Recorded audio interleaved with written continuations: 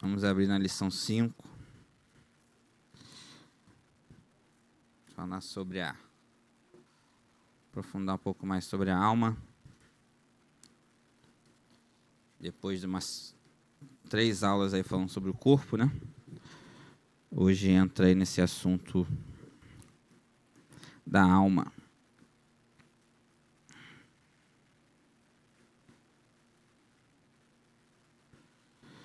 O título diz: a alma, a natureza imaterial do ser humano. Vamos orar? Pela aula, Senhor Deus e Pai, vemos agora a Tua presença, primeiramente te agradecer por mais uma vez estarmos na Tua casa, Pai, reunidos, Pai, em Teu nome, Pai, para aprender mais de Ti, Deus, que o Senhor venha a nos fortalecer e renovar nessa manhã, Pai, nos dá graça, entendimento da Tua palavra, Pai, da Tua mensagem, da Tua aula que o Senhor colocou no coração do escritor, Pai, que o Senhor venha, ó Deus, a nos ensinar nessa manhã, possamos sair daqui regozijando porque aprendemos mais de Ti, Pai. Ó Deus, cerca esse lugar com os Teus anjos, Pai. Em nome de Jesus, derrama sobre nós o Teu Espírito Santo, Pai. Em nome de Jesus, que o Senhor venha, ó Deus, a se fazer presente de maneira especial nessa manhã. Abençoa e fortalece a cada um daqueles que estão aqui, aqueles que estão vindo, Pai. Traga em segurança. Possamos passar um domingo abençoado na Tua presença, Pai. Abençoa cada professor, cada aula, Pai, cada aluno. Para a honra e glória do Teu santo e poderoso nome, nós te oramos e já te agradecemos no nome de Jesus. Amém. Então, lição 5, a alma, a natureza imaterial do ser humano. Uma aula muito importante para entendermos sobre essa constituição da parte imaterial do ser humano, onde, no mundo atual, muitas ideologias, muitas estruturas sociopolíticas tentam anular essa área do ser humano, tá? Então, nós vamos ver aí ao longo da aula que muito do que está por trás, né, de alguns pensamentos, de algumas frases de efeito aí que nós vemos no mundo de hoje, está baseado na anulação do entendimento de que temos uma parte imaterial em nossa formação humana. E isso é muito interessante para que a gente possa também passar adiante esse conhecimento que nós temos recebido aí de Deus, e particularmente dessa lição e dessa revista, que é muito interessante. Essa revista realmente tem trazido muitas aulas aí que são atuais e precisamos ter entendimento profundo desses assuntos até para poder refutar na essência algumas questões. E isso é muito interessante porque todas as vezes a gente acha que precisamos partir da lógica do outro para poder refutar, né? Então, se alguém diz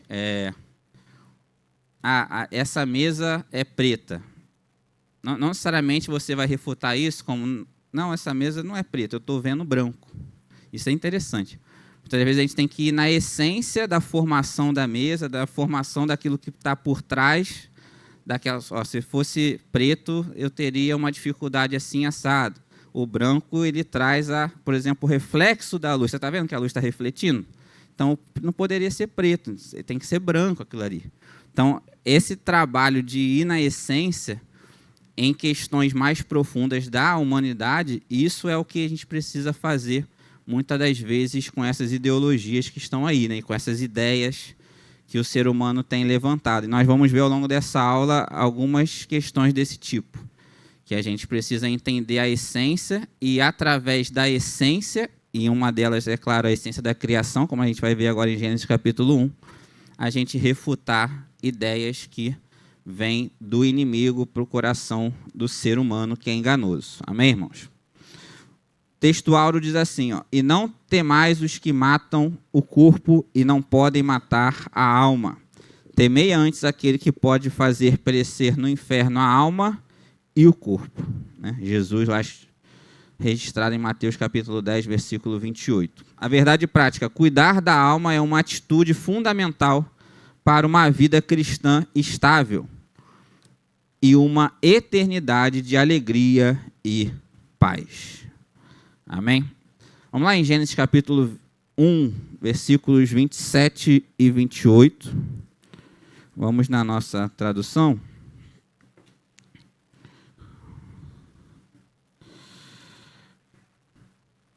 Hoje vamos ler bastante a Bíblia. Vamos em algumas passagens aí para a gente entender com profundidade desse assunto.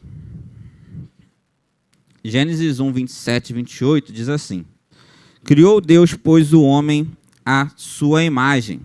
A imagem de Deus o criou, homem e mulher os criou. E Deus os abençoou e lhes disse: Sede fecundos, multiplicai-vos, enchei a terra e sujeitai-a. Dominai sobre os peixes do mar, sobre as aves do céu e sobre todo animal que rasteja pela terra. Agora lá em capítulo 2, versículos 15 a 17.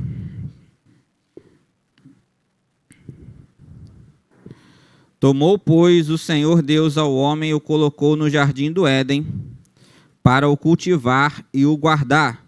E o Senhor Deus lhe deu esta ordem: de toda árvore do jardim comerás livremente, mas da árvore do conhecimento do bem e do mal não comerás, porque no dia em que dela comeres, certamente morrerás. Agora, pulando lá para o Novo Testamento, Mateus capítulo 10, versículo 28, nós já lemos, mas vamos novamente reforçar.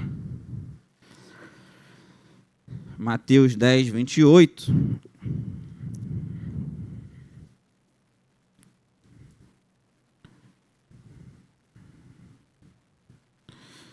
Não temais os que matam o corpo e não podem matar a alma.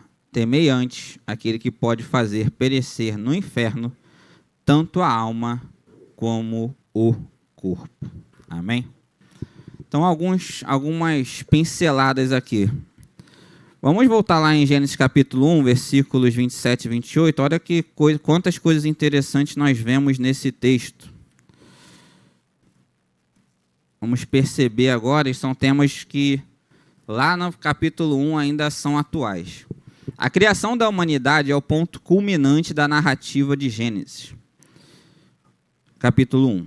O verbo criou em Gênesis 1, 27 é o mesmo usado no versículo 1 do capítulo 1 e descreve exclusivamente uma ação criativa que somente Deus pode realizar.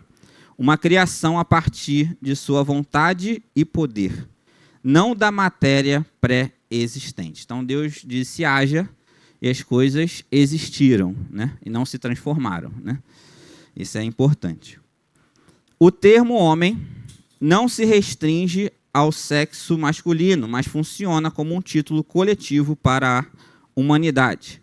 O texto enfatiza que homem e mulher juntos carregam a imagem e semelhança de Deus, e isso estabelece a dignidade, o valor imensurável e a responsabilidade espiritual de todos os seres humanos. A Bíblia jamais coloca a humanidade na mesma categoria dos animais. Embora compartilhem o fato de serem criaturas, somente o homem recebe o status de portador da imagem de Deus. E a ele são delegadas funções exclusivas, como domínio, mordomia e administração da criação. Essa bênção e mandamento inicial, olha só quantos verbos nós temos no versículo 28. São 5. Frutificai, multiplicai, enchei, sujeitai e dominai. Revela que Deus deu ao ser humano a capacidade racional, moral e espiritual para governar o mundo criado. É interessante que as discussões contemporâneas sobre ecologia, política ambiental e uso responsável dos recursos naturais já estavam antecipadas na ordem divina, que não é de exploração destrutiva, mas de governo sábio. Então, até hoje, aí, a humanidade, os políticos se reúnem para discutir sobre questões ambientais, questões que impactam, segundo eles, né, o correr da natureza. E isso é interessante porque Deus ele realmente deu ao homem essa função, essa responsabilidade. Como o homem lida com essa responsabilidade, o quanto ele é verdadeiro nas suas políticas e nas suas questões, e não é levado por outros conceitos ou outros desejos maliciosos, aí cabe ao homem, né? Tem países que dizem que querem proteger a Amazônia, mas que emitem mais carbono 10 vezes mais do que o Brasil, né? Então, esse tipo de questão é que a gente precisa ter discernimento, né? Então, às vezes parece que é luz, né? Mas não é ouro, né?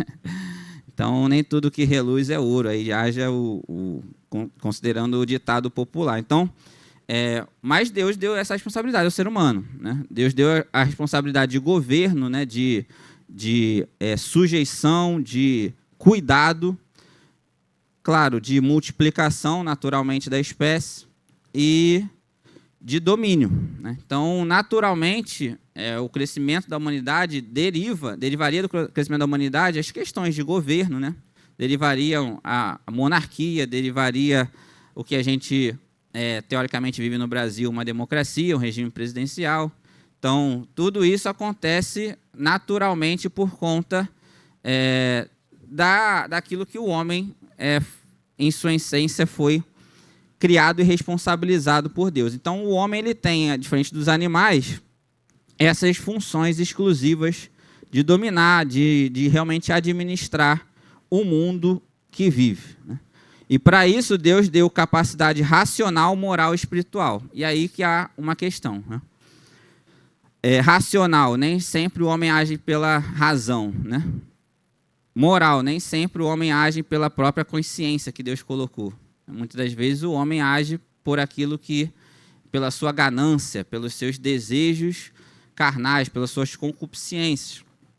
E espiritual, o homem, a humanidade, ela é, em sua maioria, afastada de Deus, né? Ou transformou o Deus Criador, e nós vamos ver mais à frente na aula, em imagem de coisas criadas, e aquilo não representa o Deus Criador, ou então ela nem coloca, nem traz Deus para a sua vida, para o seu dia a dia. E aí, naturalmente, se afastando de Deus, você vai se afastar da essência e vai se afastar de como Deus projetou o homem cuidar do planeta Terra, né? Então, o descuido que nós vemos hoje, ainda que a roupagem seja de cuidado, né, de teórica reunião de uma COP30 para poder pensar e estruturar, assim, no final das contas, a gente vê que muito disso é uma mentirada, um engano, que cada um quer, na verdade, pensar no seu e muitas das vezes não está nem ligando não para aquilo que Deus responsabilizou, tá bom? Claro que um ou outro pode estar aí com bons pensamentos, com uma boa ideia, mas a ciência mostra que a natureza ela está sendo descuidada e não cuidada ao longo do tempo, né? Vamos agora em Gênesis capítulo 2, vamos passar aí, olha outras coisas interessantes agora que nós vemos no capítulo 2 que nós lemos, nos versículos 15 a 17, né? Em Gênesis 2, o termo traduzido como colocou, então Deus colocou o homem no jardim do Éden, significa literalmente fazer descansar, indicando que Adão foi introduzido no jardim no estado de paz, estabilidade e harmonia, um prenúncio do descanso eterno prometido à alma dos redimidos. Criado à imagem de Deus, Adão deveria refletir não apenas o caráter divino, mas também a produtividade divina. O verbo cultivar significa servir, mostrando que o trabalho antes da queda era expressão de adoração e parceria com Deus. Já o verbo guardar aparece em contextos relacionados à proteção, vigilância e cuidado. O mesmo verbo usado para a ação de Deus sobre Israel. Assim, o trabalho humano tinha caráter sacerdotal. Então, Deus colocou o ser humano no jardim com responsabilidades, com trabalhos, né? Então, sim, cabe a nós, como indivíduos, também cuidarmos do jardim de Deus, né? Então, minha mãe, por exemplo, gosta muito de plantar, né? É quase uma floresta lá em casa. mas gosta muito de plantas, ela faz bem, né? Um pouco de exagero, mas faz bem o que Deus ordenou. Então, cuidar dos animais, né? Cuidar da flora, isso tudo faz parte das nossas responsabilidades. Cuidar, né? Do lixo, né? Colocar o lixo no lixo, isso tudo são responsabilidades que nós estamos cumprindo aquilo que Deus nos ordenou. E antes da queda, esse trabalho que Deus deu a Adão era um trabalho que também demonstrava adoração, né? Então, nós adoramos quando nós fazemos aquilo que Deus manda. Nós estamos adorando a Ele. E Adão, durante o seu momento pré-pecado, ele adorava a Deus cuidando do jardim, nomeando os animais, né? Fazendo aquilo que Deus ordenou a ele e a humanidade como extensão ali dele e de Eva, né? Continuando aqui, Deus concedeu a Adão ampla liberdade acompanhada de um limite moral. Podia comer de toda árvore, exceto da árvore do conhecimento do bem e do mal. A proibição não era arbitrária, mas sacramental. Representava o reconhecimento de Deus como fonte de sabedoria. Comer do fruto significaria rejeitar essa dependência e afirmar autonomia moral, aquilo que posteriormente a Bíblia chama de soberba da vida.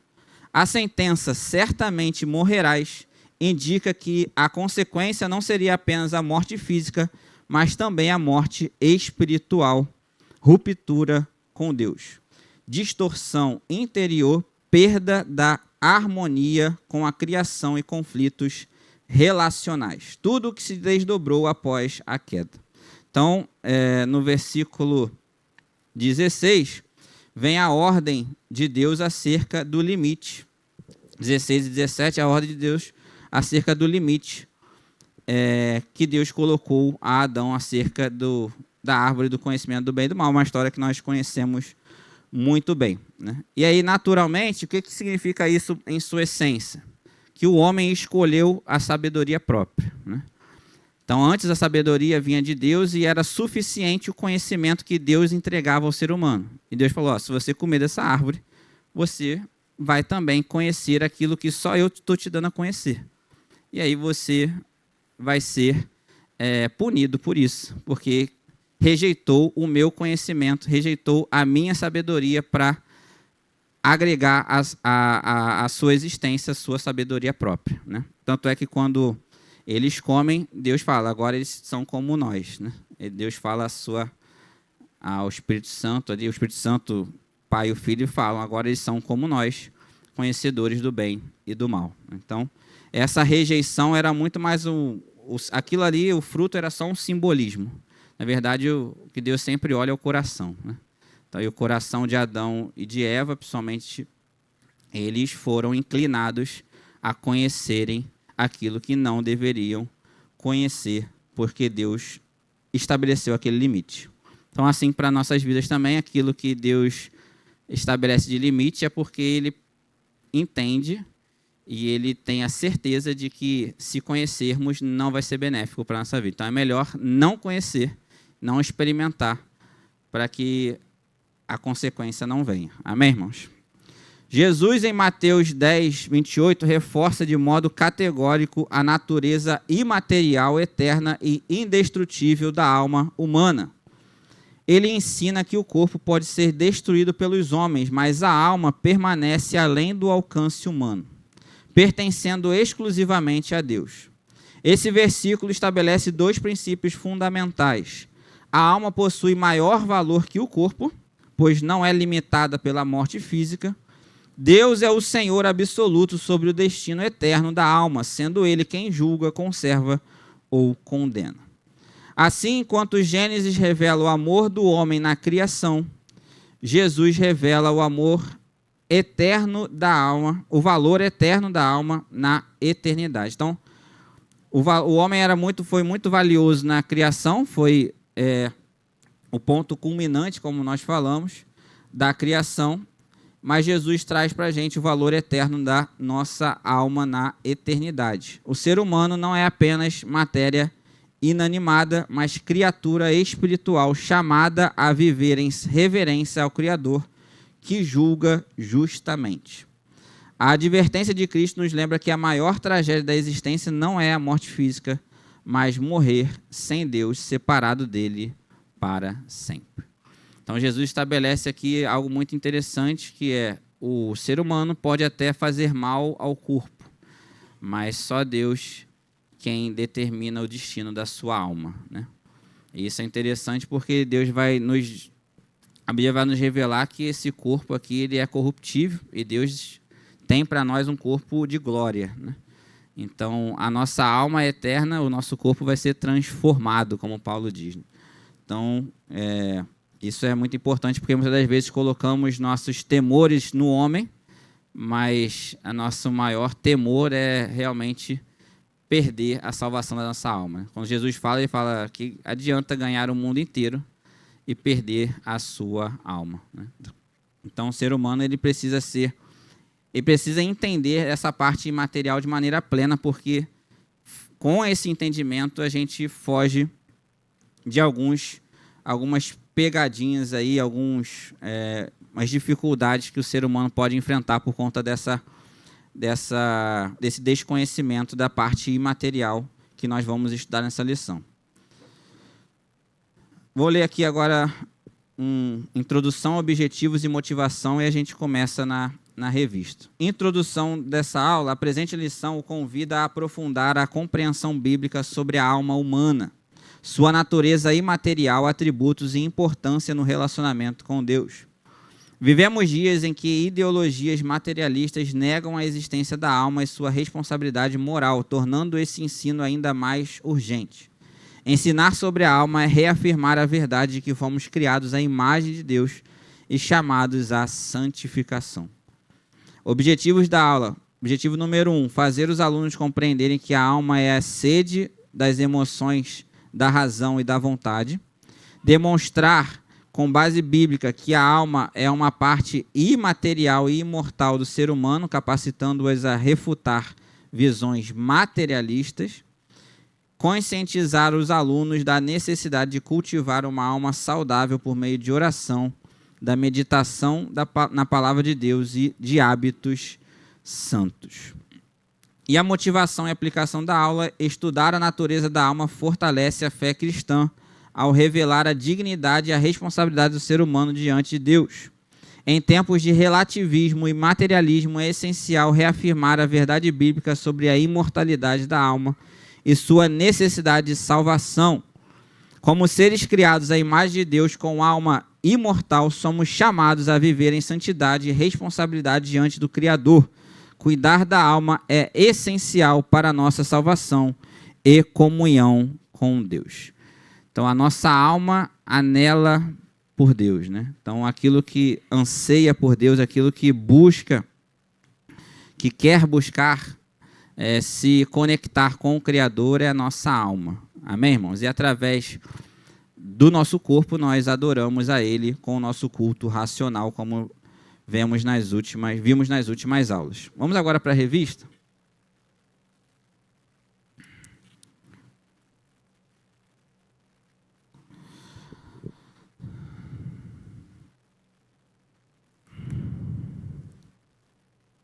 Introdução.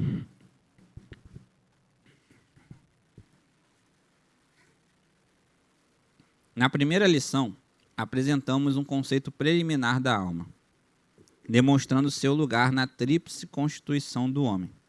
Vimos que, junto do espírito e inseparável dele, a alma compõe a parte imaterial ou espiritual do ser humano, que o torna uma pessoa, criado à imagem de Deus. Nesta lição, buscaremos nos aprofundar no conceito e distinção da alma, estudando seus atributos e sua importância no relacionamento com Deus e com o próximo. Ponto 1. Atributos da alma, né? De volta ao Gênesis. A parte imaterial do ser humano é o que mais diferencia dos animais, como bem evidenciado na criação. O homem é um ser pessoal, criado à imagem de Deus com autoconsciência e autodeterminação. O Criador fez-lhe seu representante, dando-lhe poder de governo sobre toda a obra criada. Enchei a terra e sujeitai-a e dominai. Sua capacidade de administração, compreensão e decisão moral é resultado do caráter consciente e autônomo da alma humana. Isso é exemplificado originalmente na aptidão de lavrar e cuidar e guardar o jardim, discernir entre o certo e o errado e fazer escolhas, dar nome aos animais. A parte afetiva do homem é demonstrada na afirmação divina da necessidade de uma companheira e na expressão de satisfação de Adão ao receber Eva, que alguns eruditos consideram ser a primeira composição poética da história humana. Então, a alma ela tem essas características que cabem ao ser humano, né? Quer dizer, guarda emoções, guarda consciência, né? Guarda entendimento, guarda experiência, guarda sabedoria, discernimento. Então, tudo isso ela traz ao ser humano aquilo que ele é, que é um ser que é diferenciado de todos os outros, de todas as outras criaturas. E o interessante é que a alma ela está entre o corpo e o espírito. Nós vamos ver aqui na sequência. Muito bom. Muito obrigado.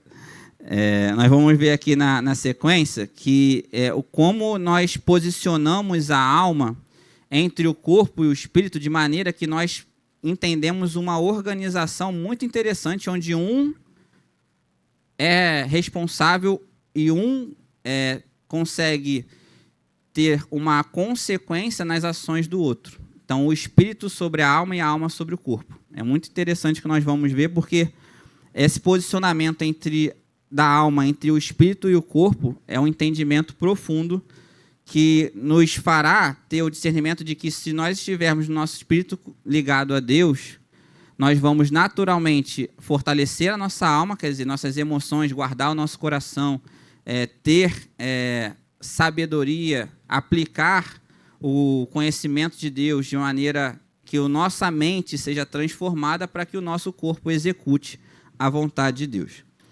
Então vamos ler esse segundo ponto, depois nós vamos ver esse paralelo que comentei brevemente agora. Entre o espírito e o corpo. A alma do homem é sua personalidade, ou distintivo pessoal. Seus três principais atributos são emoção ou sentimento, razão ou intelecto e volição ou vontade. É, portanto, a sede dos afetos, raciocínio, impulsos, desejos e decisões. O ser humano emprega esses atributos em sua comunicação com Deus e com o mundo físico, principalmente seus semelhantes. Então, nós decidimos vir à casa do Senhor nessa manhã. E aí trouxemos o nosso corpo. A decisão nasceu na nossa mente, né? Na nossa vontade, no nosso querer de aprender mais de Deus. Olha como as coisas vão se encaixando, coisa interessante. O ser humano emprega esses atributos em sua comunicação com Deus e com o mundo físico, principalmente seus semelhantes. Para ter comunhão com Deus, a alma serve-se do espírito. Para comunicar-se com o próximo, o veículo são o corpo e seus órgãos sensoriais, pele, olhos, ouvidos, nariz, boca. Pode-se dizer, então, que a alma funciona entre o espírito, que se conecta com Deus, o ser divino, e o corpo, que se conecta com o mundo dos homens. Então, a alma ela tem duas entradas, né? Por isso que a Bíblia vai falar, toma cuidado com aquilo que está à frente dos seus olhos, com aquilo com que você ouve, porque uma entrada são os órgãos sensoriais, tem uma entrada daquilo que estamos vivendo no mundo físico. Então, quando uma palavra é pregada e nós prestamos atenção e nos recebemos aquela palavra de maneira a buscar entendê-la e prestando atenção de maneira plena, aquilo vai nos dar crescimento espiritual, crescimento da nossa consciência, nosso entendimento, para que nós viemos a aplicar aquela palavra pregada. Quando nós entramos em mais conversações, elas vão corromper os bons costumes. Então, a alma, ela recebe do mundo físico, através do sensor do corpo, aquilo que nós vivemos. E recebe de Deus a conexão espiritual. Então, por isso que Jesus vai falar que nós precisamos conhecer a palavra e o poder de Deus, né? Porque são as duas entradas. A palavra, ela vem pela nossa leitura, pelos nossos olhos, ela entra pelos nossos ouvidos e fortalece a nossa alma. E o poder de Deus são as nossas experiências com Deus, são o nosso particular com Deus, que é o nosso fortalecimento espiritual, que também agrega a alma, e aí sim ela vai fazendo as suas leituras. É como se fosse um computador. E aí vai fazendo essa leitura e vai nos ajudando a tomar as melhores decisões baseado naquilo que nós vemos, conhecemos, experimentamos e recebemos de direção. Como é interessante isso. Olha só como a gente vai entender de uma maneira poderosa que cada um de nós funciona como uma empresa, irmãos. Olha só que detalhe. Como é importante esse entendimento do que é a complexidade do ser humano. O cântico de Maria na casa de sua prima Isabel é uma típica cena dessa tríplice interação e comunicação. Vamos lá em Lucas capítulo 1.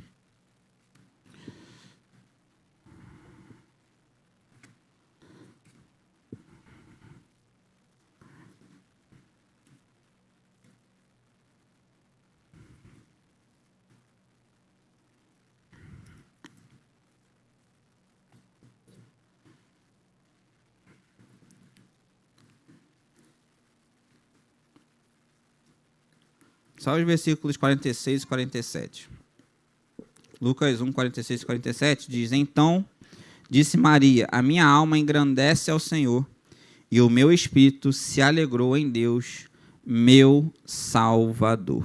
Né? Como nós dissemos, né? A alma, ela é quem tem sede de Deus. Né? E aí, naturalmente, espiritualmente, nós engrandecemos ao Deus eterno, Criador dos céus e da terra, entendendo que Ele é o único Deus. Né? Então, precisamos ter uma ligação espiritual verdadeira, de luz, para que a nossa alma engrandeça corretamente o Deus de toda a terra. Amém, irmãos? Agora, que interessante, olha só esse estudo aqui. Ó. Uma forma didática de entender essa interação e fazer uma analogia a uma organização empresarial. O corpo seria o setor operacional. O corpo funciona como a parte que executa o setor operacional da empresa humana. Ele realiza, movimenta, produz, trabalha e materializa decisões. Assim como uma empresa possui linhas de produção, equipes de execução e atividades práticas, o corpo realiza aquilo que lhe é ordenado. Sem o corpo não há ação, porém, sem direção, o corpo trabalha sem propósito. Agora a alma seria o setor gerencial. A alma corresponde à área de coordenação e gestão da empresa. É nela que encontramos a mente, quer dizer, planejamento, análise, a vontade, decisão, as emoções, motivação, clima organizacional interno. Então, quando estamos para cima ou para baixo, é a nossa alma que está para cima ou para baixo. Está alegre, triste, está desmotivada, motivada, isso tudo acontece na alma. Assim como uma gerência define rotas, escolhe prioridades e ajusta processos, a alma seleciona caminhos, reage às circunstâncias, define interações e responde ao ambiente. Quando a alma está desorganizada, sobrecarregada ou sem direção, o operacional, corpo, entra em colapso. Surge estresse, somatização, ansiedade e exaustão. Então, a alma ela tem essa responsabilidade, essa estrutura gerencial sobre aquilo que é operacionalizado pelo corpo, né? Então, se a alma ela está com dificuldades, e nós vemos hoje que as grandes questões da ciência hoje estão nas doenças na alma, né? Claro que até hoje está se buscando aí cura de câncer, que é no corpo. Está se estudando, se buscando entender como é que o ser humano vive mais. Mas hoje a grande dificuldade, o grande desafio científico e, naturalmente, na humanidade como um todo, que a humanidade enfrenta, são essas doenças na alma, né? O estresse, a exaustão, a depressão, a ansiedade. E isso tudo, naturalmente, reverbera no corpo, né? O corpo ele não quer sair da cama, o corpo ele não tem motivação de fazer nada, o corpo não quer, parece que está o tempo todo sobrecarregado, cansado, aflito, né? Por conta daquilo que a alma está sofrendo. Então, a alma seria esse setor gerencial que naturalmente impacta naquilo que o corpo. É a mesma forma como a alma está alegre, feliz, regozijante, e o corpo também está motivado. A gente anda para cá, anda para lá, faz, as pessoas convidam, nós vamos. Fazemos as coisas com muito mais tranquilidade, né? Motivação. E aí, naturalmente, realizamos também espiritualmente, quando nós trazemos para dentro da igreja, realizamos o serviço a Deus de maneira plena. Agora, o Espírito. O Espírito seria a diretoria, diretrizes da organização. O Espírito é como a alta administração ou as políticas institucionais que definem valores da organização, propósito, missão, código de ética, cultura organizacional, visão de futuro. No ser humano, essa dimensão é aquela que se conecta com Deus, recebe direção, iluminação, revelação e convicção. Quando o Espírito está alinhado com a palavra, ele fornece à alma um conjunto claro de princípios, limites e propósitos, exatamente como as diretrizes de uma organização orientam o trabalho diário. Sem o Espírito, a alma se torna autônoma e desorientada. Sem a alma, o Espírito não encontra expressão no corpo. E sem o corpo, nenhum dos dois se manifesta na realidade. Então, uma empresa ela não é formada só de diretrizes e políticas. Você pode, no momento inicial de uma formação de uma empresa, definir, eu quero que uma empresa tenha essas diretrizes, a política vai atuar nesse setor econômico, enfim, você vai definindo as diretrizes. Mas se você não contratar, primeiro, um corpo executivo, um corpo de gestão, e depois esse corpo de gestão formar as suas equipes e operacionalizar a sua ideia, a empresa não vai sair do lugar.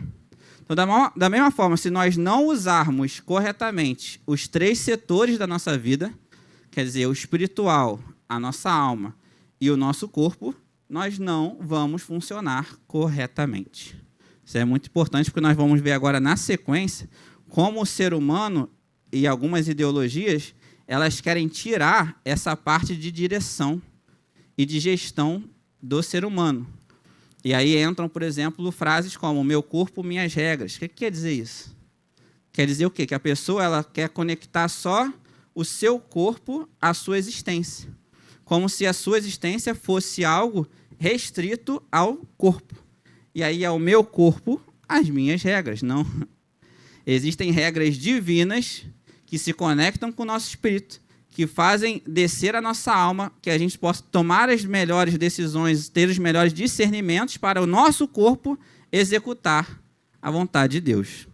Então, em cada um de nós funciona como uma empresa. Você quer ser empresário? Primeiro cuide de você mesmo. Se eu quero ser empresário, primeiro eu tenho que cuidar de mim mesmo. Não adianta, porque essa é a primeira empresa que nós temos que cuidar. Aí, naturalmente, aqueles que têm uma família vai começar a cuidar da sua esposa, dos seus filhos, etc. Mas isso é muito importante, porque se a gente não cuidar de nós mesmos, nós não temos capacidade de cuidar de mais nada corretamente.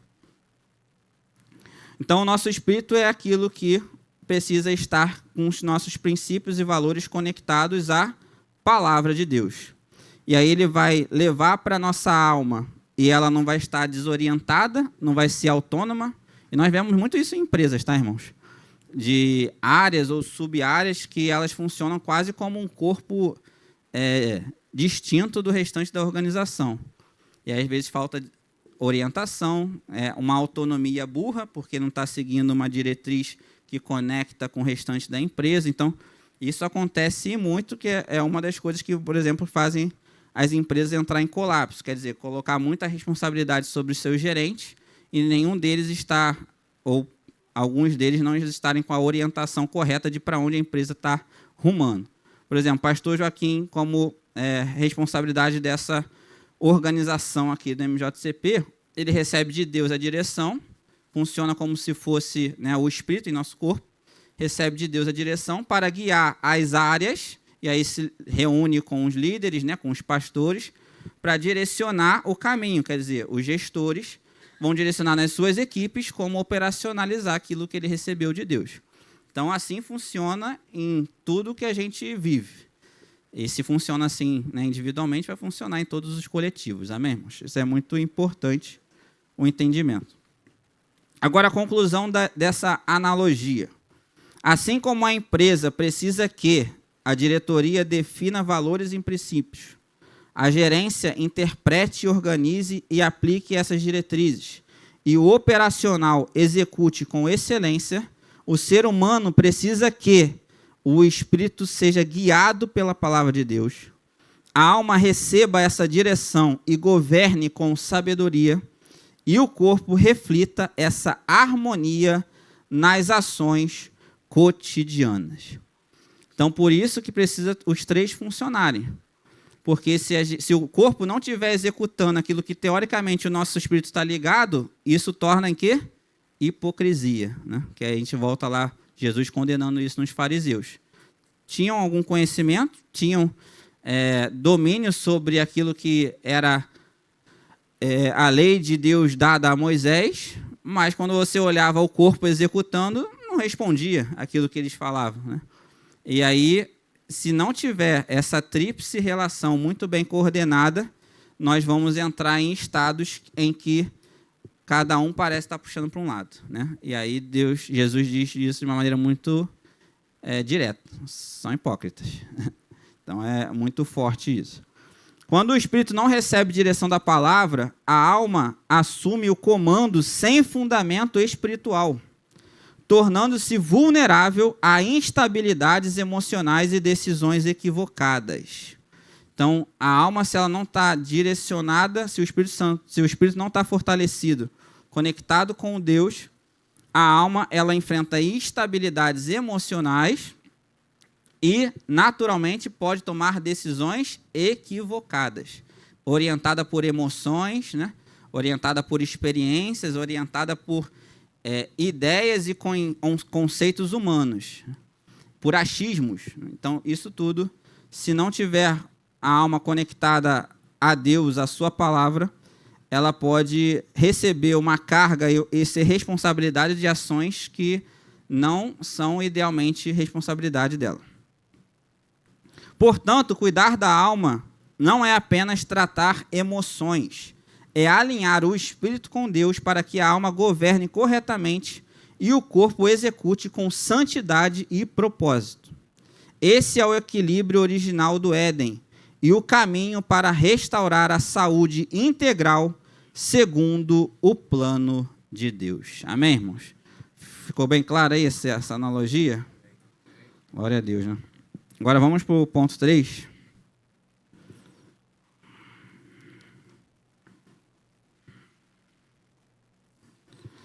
A alma abatida. Os afetos da alma em relação a Deus são vistos na poesia do Salmo 42. Quando o salmista conversa consigo mesmo: por que estás abatido, ó minha alma, e por que te perturbas em mim? Espera em Deus, pois ainda o louvarei na salvação da sua presença. O contexto indica que o autor experimentava aflição espiritual e alguma crise em sua comunhão com Deus. Por isso sua alma estava entristecida e suspirava. A minha alma tem sede de Deus, do Deus vivo. Quando entrarei e me apresentarei ante a face de Deus? O Salmo 84:2 também ilustra essa função da alma, assim como o Salmo 51, no qual Davi fala de sua tristeza e do anseio por um espírito reto, voluntário e renovado, o que devolveria alegria à integralidade de seu ser. Vamos lá em Salmos capítulo 42, que é uma aula sobre alma, né? Salmos 42.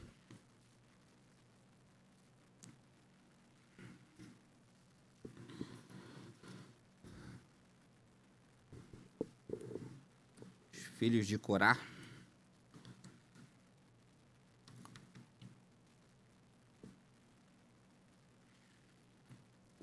Vamos lê-lo todo.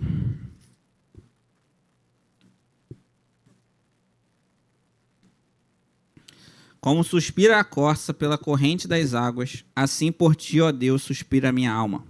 A minha alma tem sede de Deus, do Deus vivo. Quando irei e me verei perante a face de Deus? As minhas lágrimas têm sido o meu alimento, dia e noite, enquanto me dizem continuamente, ó Deus, onde está? Lembro, o teu Deus, onde está? Lembro-me destas coisas, e dentro de mim se me derrama a alma, de como passava eu com a multidão de povo e os guiava em procissão à casa de Deus, entre gritos de alegria e louvor, multidão em festa. Por que estás abatido, a minha alma? Por que te perturbas dentro de mim? Espera em Deus, pois ainda o louvarei. A Ele, meu auxílio e Deus meu. Sinto abatida dentro de mim a minha alma. Lembro-me, portanto, de ti, nas terras do Jordão, e no Monte Hermon, e no outeiro de Mizar. Um abismo chama outro abismo, ao fragor das tuas tupas, todas as tuas ondas e vagas passaram sobre mim. Contudo, o Senhor, durante o dia, me concede a sua misericórdia, e à noite comigo está o seu cântico, uma oração ao Deus da minha vida. Digo a Deus, minha rocha, por que te olvidaste de mim? Por que hei de andar eu lamentando sobre a opressão dos meus inimigos? Esmigalham-se-me os ossos quando os meus adversários me insultam, dizendo, o teu Deus onde está? Por que estás abatida, minha alma? Por que te perturbas dentro de mim? Espere em Deus, pois ainda o louvarei. A Ele, meu auxílio e Deus meu. Então, uma aula sobre o momento de dificuldade da alma, né? Quando a alma ela entra nesse estado de abatimento, nesse estado de dificuldade de como lidar com as situações, com a vida, a Bíblia é muito clara em dizer espera, né? Quer dizer, não se adiante, calma, né? Tenha tranquilidade, porque muitas das vezes nesses momentos são os momentos que nós agimos fora da vontade de Deus, porque tentamos ir pelo caminho mais fácil, pelo caminho que está mais, naquele momento, parece ser o melhor. E nesses momentos de dúvida, todo momento de dúvida na nossa carreira cristã é um momento que nós temos que parar e esperar, né? Agir na dúvida, agir na indecisão, agir no achismo, dificilmente vai trazer uma boa consequência. Então, nesses momentos, o Salmo 42 ele vai dizer, né? Espere em Deus, pois ainda o louvarei. A Ele, meu auxílio e Deus meu. Então, como o treinador fala, né? Quando a bola está na defesa, faz o simples, né? Então, quando a sua alma está ali na defensiva, né? Está nas questões que muitas das vezes a vida e as circunstâncias delas nos fazem viver, o momento é de fazer o simples, né? Botar o joelhinho no chão, buscar na palavra, fazer o trabalho do dia a dia com tranquilidade e continuar esperando em Deus, pois ainda o louvaremos. Amém, irmãos? Vamos lá agora em 51, Salmo de Davi, da confissão de Davi, versículos 7 ao 12.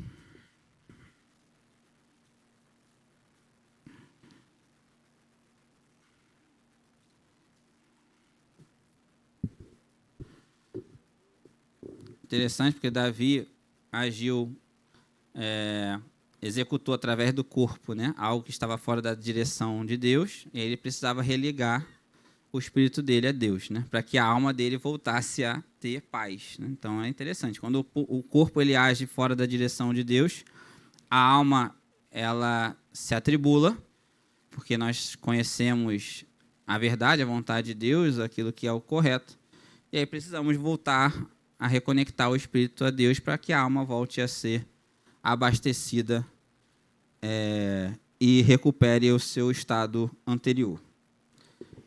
E aí ele vai dizer: purifica-me com hisopo e ficarei limpo, lava-me e ficarei mais alvo que a neve. Faze-me ouvir júbilo e alegria, para que exultem os ossos que esmagaste. Esconde o rosto dos meus pecados e apaga todas as minhas iniquidades. Cria em mim, ó Deus, um coração puro e renova dentro de mim um espírito inabalável. Não me repulses da tua presença, nem me retires o teu santo espírito. Restitui-me a alegria da tua salvação e sustenta-me com um espírito voluntário. Amém, irmãos? Agora eu leio aqui um auxílio bibliológico, tem aqui na revista, na minha revista, tá? Muito interessante. A alma e a presença de Deus. Assim como a água é essencial para a vida física, Deus e a sua presença são essenciais para a vida espiritual e também para a máxima satisfação e plenitude em todos os aspectos da vida. Aqueles que verdadeiramente confiam em Deus sentirão fome e sede de ter um relacionamento mais profundo com Ele, de desfrutar do favor e da atividade sobrenatural do Senhor em sua vida. Parar de sentir sede de Deus é o mesmo que morrer espiritualmente. Não devemos permitir que nada tire o nosso desejo intenso de conhecer a Deus e seus propósitos. Precisamos evitar a distração com preocupações, necessidades, sucessos, atrações e prazeres da vida. Essas coisas podem bloquear a nossa sede de Deus e roubar de nós o desejo e a disciplina necessários para buscar um relacionamento mais profundo com Ele, através da palavra e da oração. Então, é uma frase muito natural para a gente, né? Hoje em dia vivemos num mundo com tantas distrações, né? E um mundo querendo nos impor tantas preocupações que isso é algo que pode nos tirar esse desejo, essa sede de Deus e essa dedicação de estudarmos a sua palavra, de estarmos conectados a Ele em oração.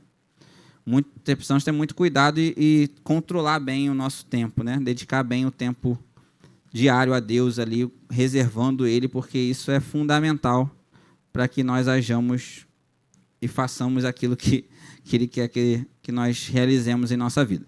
Devemos orar para que o nosso desejo da presença de Deus se torne mais profundo e mais forte. Isso vai requerer uma abertura maior para a completa demonstração dos dons, da direção e do poder do Espírito Santo.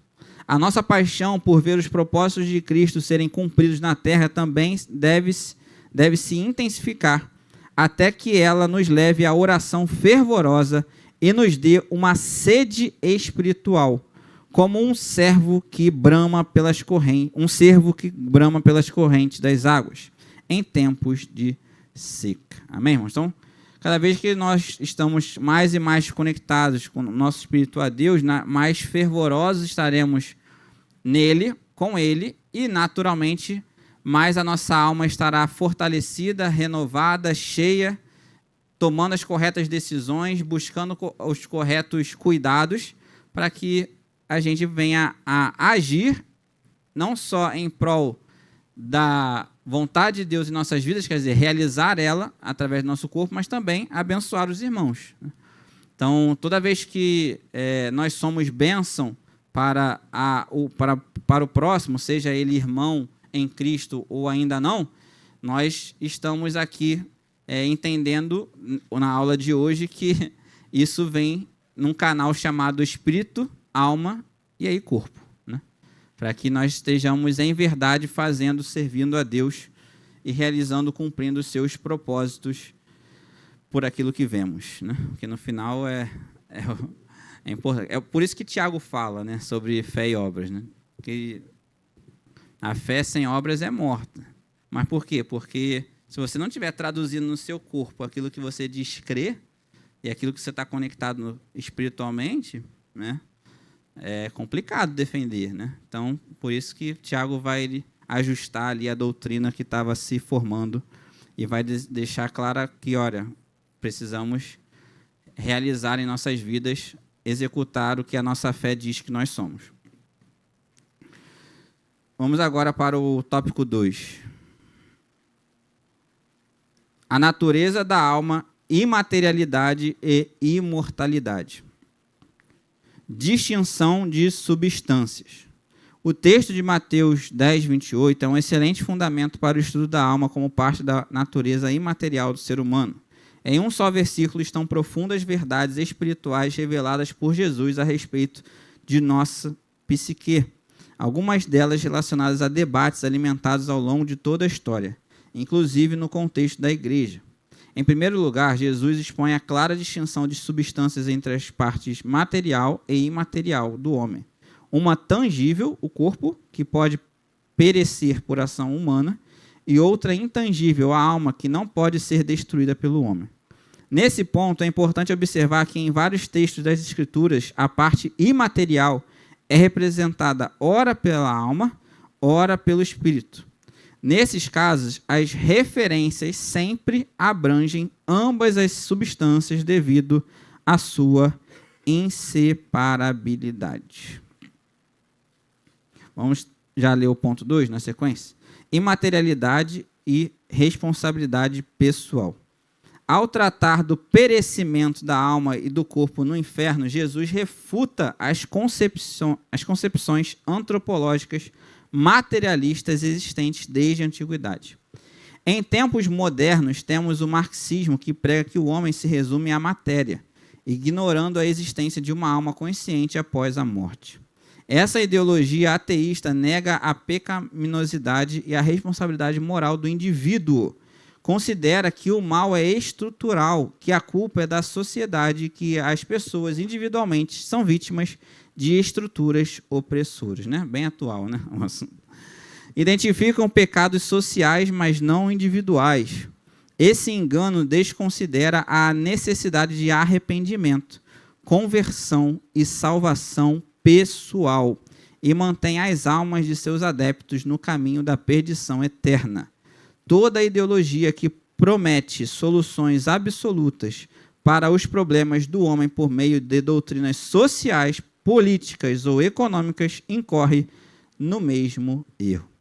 Aí agora nós vamos começar a entender a aplicação daquilo que nós entendemos aqui como a nossa estrutura da organização. Então, como eu falei, antes da gente pensar no coletivo, nós temos que resolver o indivíduo, né?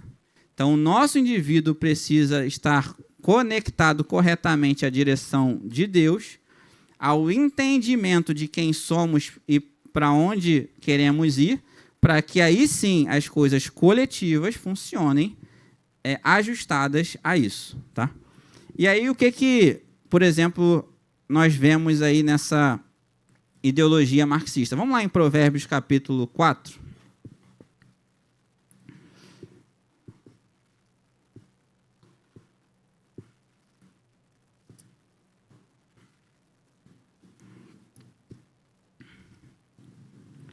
Provérbios 4, versículo 11 ao 27. Olha como esse texto ele é rico para embasar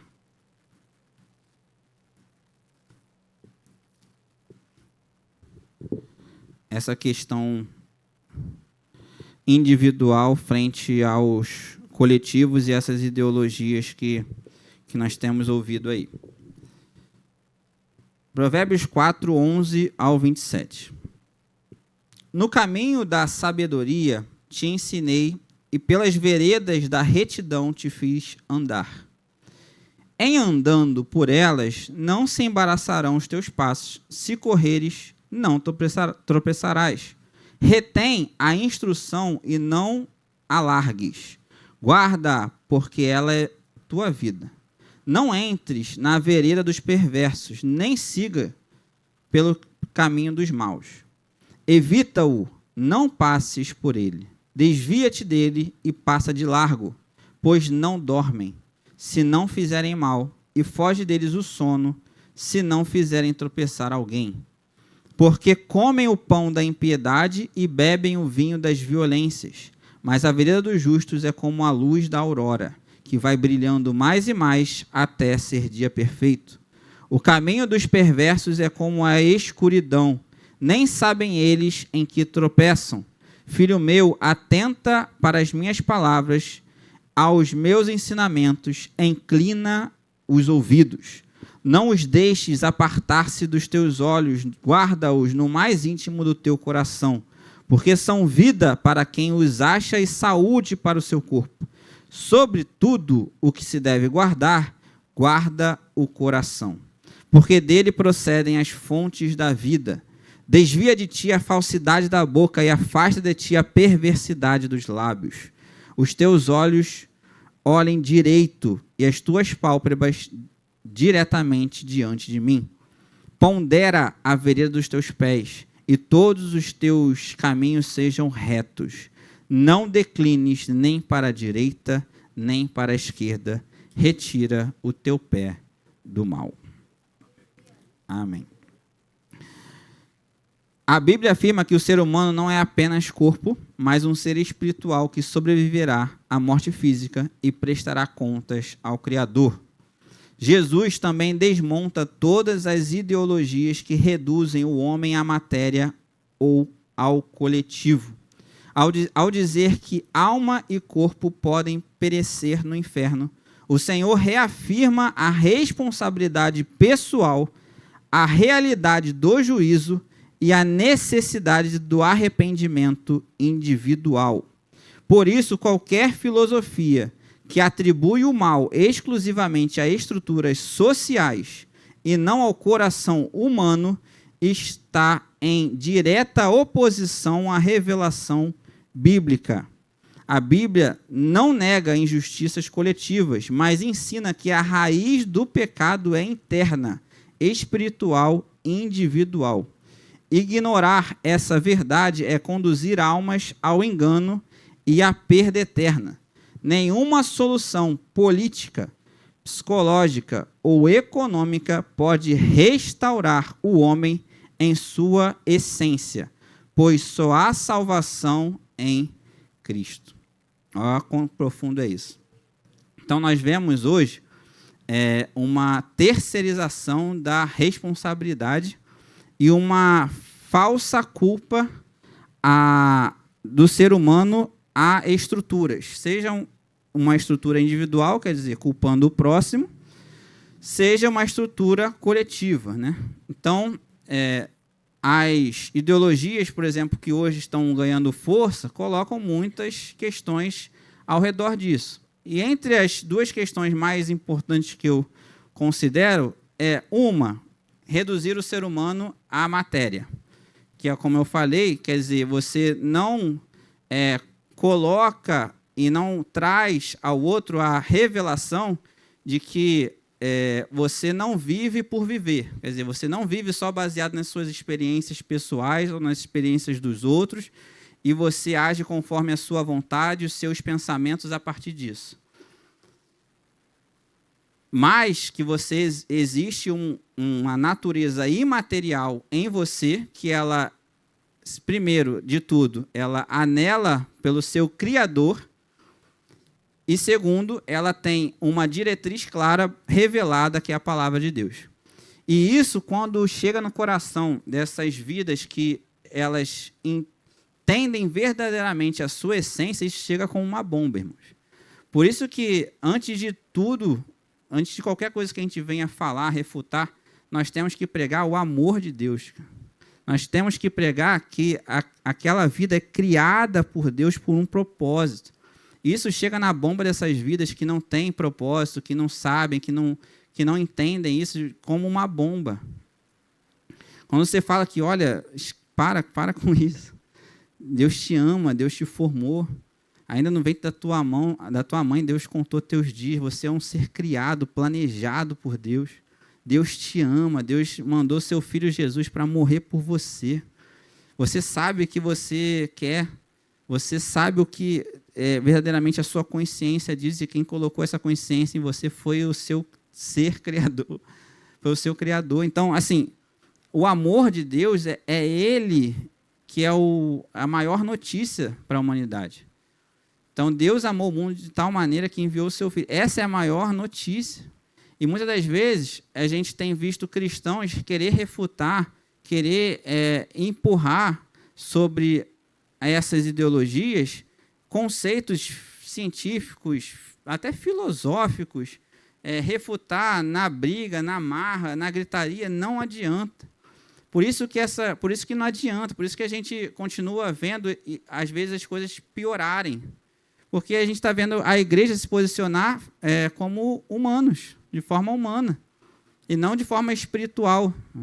Não anunciando, ó, Deus te para com essas maluquices da tua cabeça, Deus te ama. Você sabe que a tua alma anseia por Ele. Porque só Deus sabe as noites dessas vidas. Às vezes elas estão falando algo que dentro delas está destruída. Elas não conseguem ter... A Bíblia diz aqui, Provérbios, para que a gente tenha um sono profundo, um sono revigorante, nós precisamos entrar pelas veredas da justiça e não da perversidade. Então, assim, só Deus sabe o momento e como a vida interior de homens perversos está. Mas o que a gente tem capacidade de falar, olha, Deus te ama. E Deus quer perdoar os teus pecados. Ele perdoa desde que você aceite o seu Filho como seu suficiente Salvador. Você sabe que você está morto nos seus delitos e pecados e que você tem a possibilidade de se arrepender dele e se reconectar com o seu Criador. Então, isso é muito importante porque não é culpa de estrutura... E a Bíblia é muito interessante porque a Bíblia vai falar de cuidar dos órfãos e das viúvas, né? Nada mais social do que isso, né? Mas não é culpa de estruturas sociais, não é culpa de estruturas que a sociedade ou certo grupo societário criou que vai responsabilizar um erro de outro. Então, a culpa do bandido ser bandido, da culpa do fulano ou ciclano realizar determinado tipo de pecado, não é porque ele foi necessariamente colocado numa estrutura opressora que não lhe deu alternativa. Não é isso. É, antes de tudo, porque nós somos inclinados, pecadores e falhos. E se não reconhecemos e não entendermos que Deus ele tem uma alternativa de vida, nós vamos, pelos nossos delitos e pecados, nos afundar. E cada um vai ter os seus pecados. E o juízo vai vir, né? Então, isso é muito importante, porque não adianta a gente, antes de pregar o amor de Deus, acusar o pecado do outro, porque, na verdade, todos nós carecemos do amor e todos nós temos que nos arrepender todos os dias. E mais do que isso, a gente tem que ter entendimento da responsabilidade individual que nós temos com a nossa salvação. E para aqueles, claro, que ainda não têm esse entendimento, a responsabilidade que nós temos de evangelizar, de levar a palavra de Deus de maneira profunda, o entendimento de Deus da alternativa divina de vida a essas vidas. Amém, irmãos? Eu vou voltar aqui. Então, continuando aqui. Nesse ponto que Provérbios 4, 11 a 27 se torna uma resposta divina às confusões humanas de todas as épocas. No texto, Deus revela que a vida humana, corpo, alma e espírito, só pode andar em segurança quando guiada pela sabedoria que procede dele. O texto mostra que uma alma sem direção espiritual se perde. Um coração sem vigilância se corrompe e um corpo sem domínio segue por caminhos tortuosos. Por isso o sábio Salomão ordena: guarda o teu coração. A alma precisa de proteção espiritual. Apara os teus lábios, o corpo deve ser governado pela retidão. Endireita as veredas dos teus pés. A vida prática deve refletir a direção divina. Assim, Provérbios reflete aquilo que Jesus ensinou. O perigo maior não é o que ameaça o corpo, mas o que compromete a alma. O corpo pode ser ferido, mas a alma pode se desviar. A carne pode sofrer, mas o espírito pode morrer. Um homem pode temporariamente prosperar em seus próprios caminhos, mas só aquele que guarda o coração e anda na luz viverá eternamente. Portanto, ao unir Mateus 10, 28 à advertência de Provérbios 4, aprendemos que a alma é eterna, a responsabilidade é individual, a verdadeira vida exige vigilância interior, a sabedoria de Deus é o único caminho seguro. A salvação e preservação da alma dependem de ouvir, guardar e obedecer à palavra. Esse é o chamado de Deus para nós, reconhecer nossa verdadeira natureza, rejeitar toda filosofia que distorce a realidade espiritual do homem e alinhar corpo, alma e espírito à sabedoria revelada por Deus.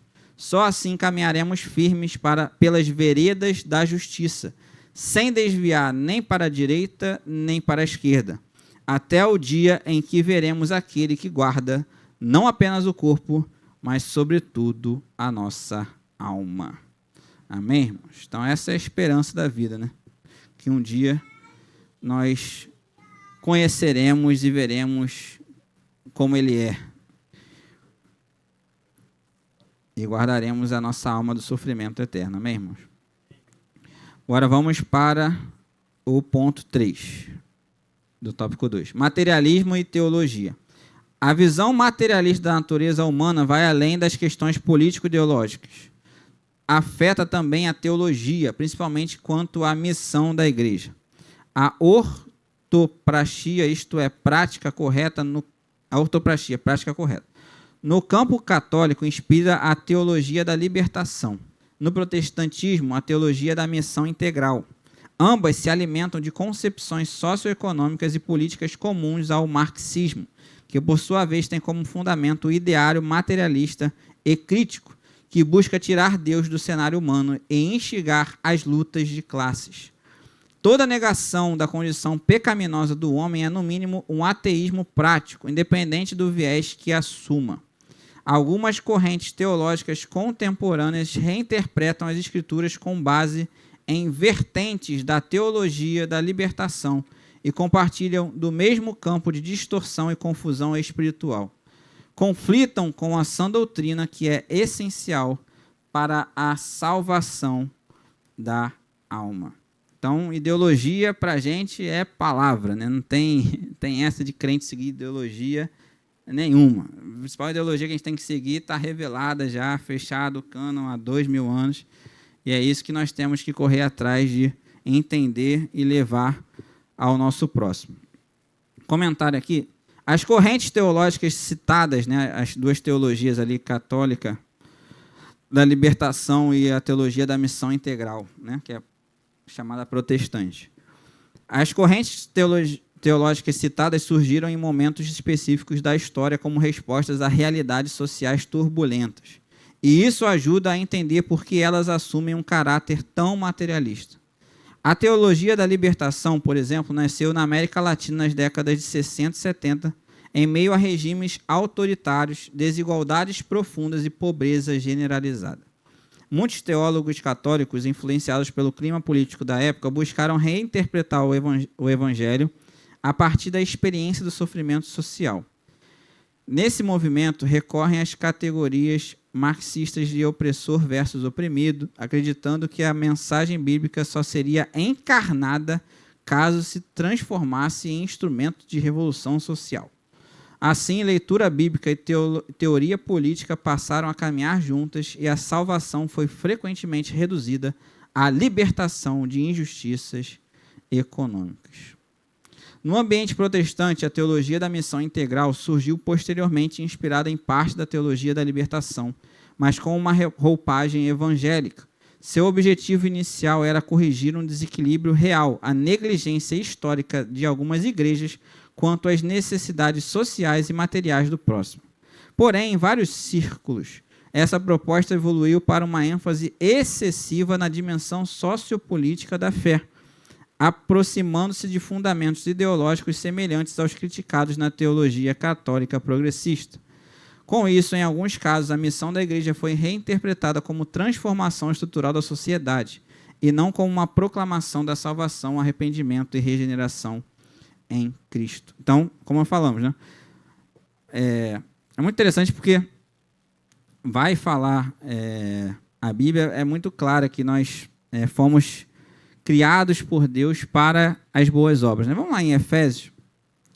É mediante a fé que nós executamos as boas obras e não o contrário. Muitas das vezes, quando entra esses trabalhos sociais, revolucionários, muitas das vezes se tira o tempo da fé, né? E aí fica um negócio de que nós vamos salvá-los e libertá-los só tirando eles da circunstância, da situação que eles estão nesse momento. Sendo que a igreja tem, sim, responsabilidade social, precisa ter as suas atividades sociais, porém, mais do que isso, precisa levar fé ao coração do outro, né? do nosso próximo. Efésios capítulo 2, versículo 8. Porque pela graça sois salvos mediante a fé, e isso não vem de vós, é dom de Deus, não de obras para que ninguém se glorie, pois somos feitura dele, criados em Cristo Jesus para boas obras, as quais Deus de antemão preparou para que andássemos nela.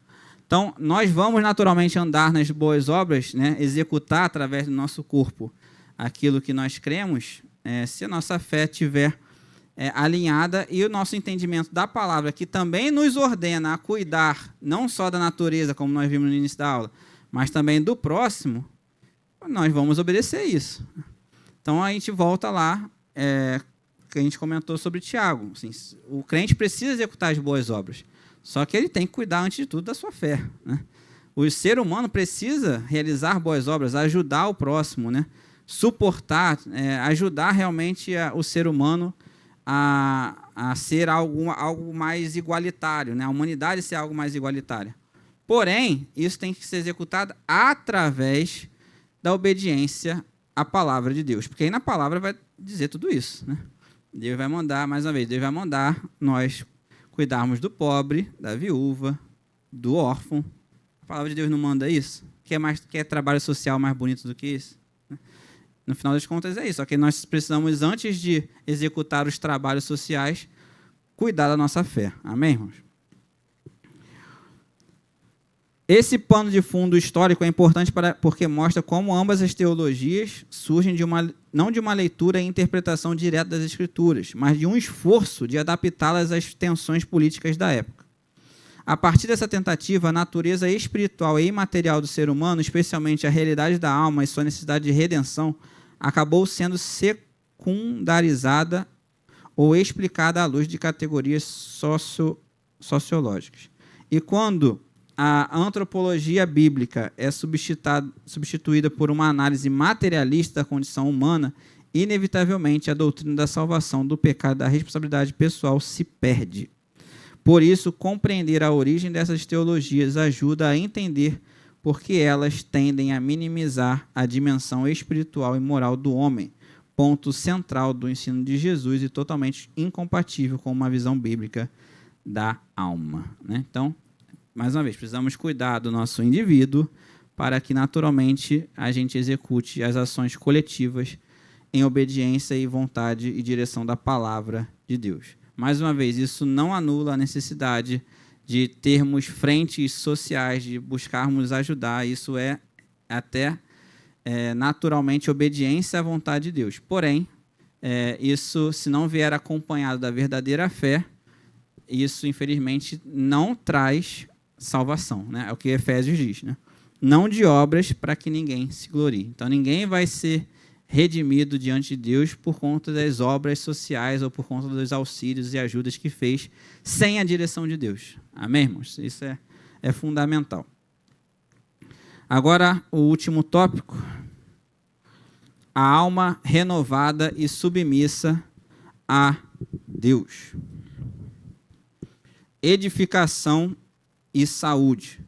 A estabilidade de nossa vida cristã e nosso destino eterno depende de como cuidamos de nossa alma.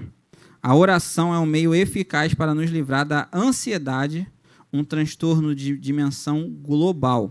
Deus nos dá sua paz e protege nossas emoções e pensamentos e nos guia no caminho de sua vontade. Nossa parte é alimentar nossa mente apenas com o que edifica. O que falamos, o que ouvimos, o que lemos, o que vemos. Nossos hábitos diários determinam a saúde de nossa alma. Vamos lá em Lucas capítulo 12. A história que Jesus conta, muito poderosa, acerca desse equilíbrio e da prioridade da nossa vida. Jesus, ele diz lá em Lucas capítulo 12, versículo 13 até o 21. Nesse ponto, um homem que estava no meio da multidão lhe falou: Mestre, ordena a meu irmão que reparta comigo a herança. Mas Jesus lhe respondeu: Homem, quem me constituiu juiz ou partidor entre vós? Então lhes recomendou: Tende cuidado e guardai-vos de toda e qualquer avareza, porque a vida de um homem não consiste na abundância dos bens que ele possui. E lhes proferiu ainda uma parábola, dizendo: O campo de um homem rico produziu com abundância, e arrazoava consigo mesmo, dizendo: Que farei, pois, não tendo onde recolher os meus frutos? E disse: Farei isto, destruirei os meus celeiros, reconstruí-los-ei maiores, e aí recolherei todo o meu produto e todos os meus bens. Então direi à minha alma: Tens em depósito muitos bens para muitos anos, descansa, come, bebe e regala-te. Mas Deus lhe disse: Louco, esta noite te pedirão a tua alma, e o que tens preparado para quem será? Assim é o que entesoura para si mesmo e não é rico para com Deus. Agora Filipenses capítulo 4. Também é uma aula para a alma. Filipenses, carta de Paulo aos Filipenses. Ela é uma carta muito poderosa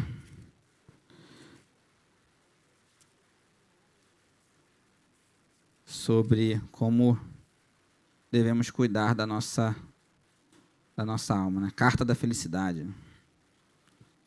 Filipenses capítulo 4, versículo 4 até o 9. Alegrai-vos sempre no Senhor, outra vez digo, alegrai-vos. Seja a vossa moderação conhecida de todos os homens, perto está o Senhor. Não andeis ansiosos de coisa alguma, em tudo, porém, sejam conhecidas diante de Deus as vossas petições, pela oração e pela súplica com ações de graça. E a paz de Deus, que excede todo o entendimento, guardará o vosso coração e a vossa mente em Cristo Jesus. Finalmente, irmãos, tudo o que é verdadeiro, tudo o que é respeitável, tudo o que é justo, tudo o que é puro, tudo o que é amável, tudo o que é de boa fama, se alguma virtude há e se algum louvor existe, seja isso o que ocupe o vosso pensamento, a vossa alma.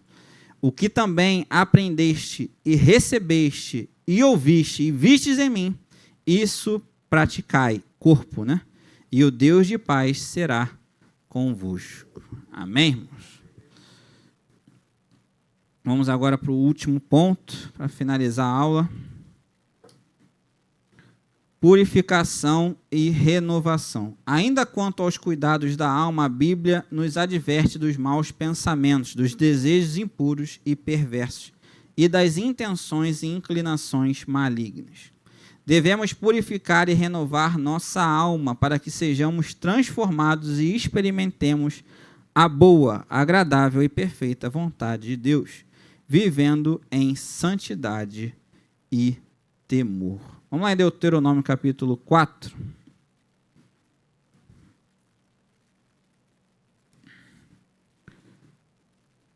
Deuteronômio capítulo 4.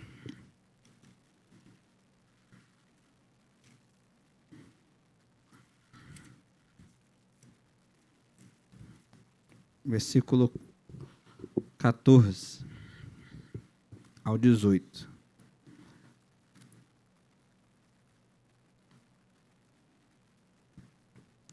Também o Senhor me ordenou ao mesmo tempo que vos ensinasse estatutos e juízos, para que os cumprisse na terra a qual passais a possuir. Guardai, pois, cuidadosamente a vossa alma, pois aparência nenhuma vistes no dia em que o Senhor vosso Deus vos falou em Horebe no meio do fogo, para que não vos corrompais e vos façais alguma imagem esculpida na forma de ídolo, semelhança de homem ou de mulher, semelhança de algum animal que há na terra, semelhança de algum volátil que voa pelos céus, semelhança de algum animal que rasteja sobre a terra, semelhante de algum peixe que há nas águas debaixo da terra. Então, Deus é espírito, né? Importa que seus adoradores o adorem em espírito e em verdade, né? Então, como nós aprendemos, a nossa alma, ela precisa receber espiritualmente de Deus para poder guiar o corpo.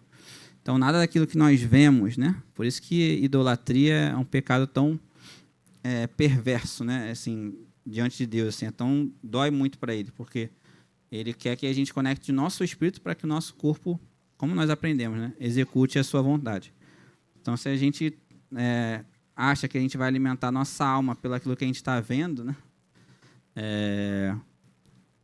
e aquilo ser o nosso ídolo, quer dizer, só o nosso guia espiritual, isso diante de Deus é abominação. Agora, para fechar, 1 Pedro capítulo 1, versículo 22 até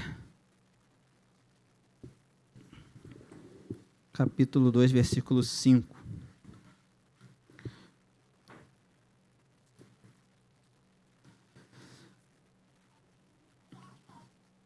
Pedro 1, 22. Tendo purificado a vossa alma pela vossa obediência à verdade, tendo em vista o amor fraternal não fingido, amai-vos de coração uns aos outros ardentemente, pois fostes regenerados não de semente corruptível, mas de incorruptível, mediante a palavra de Deus, a qual vive e é permanente.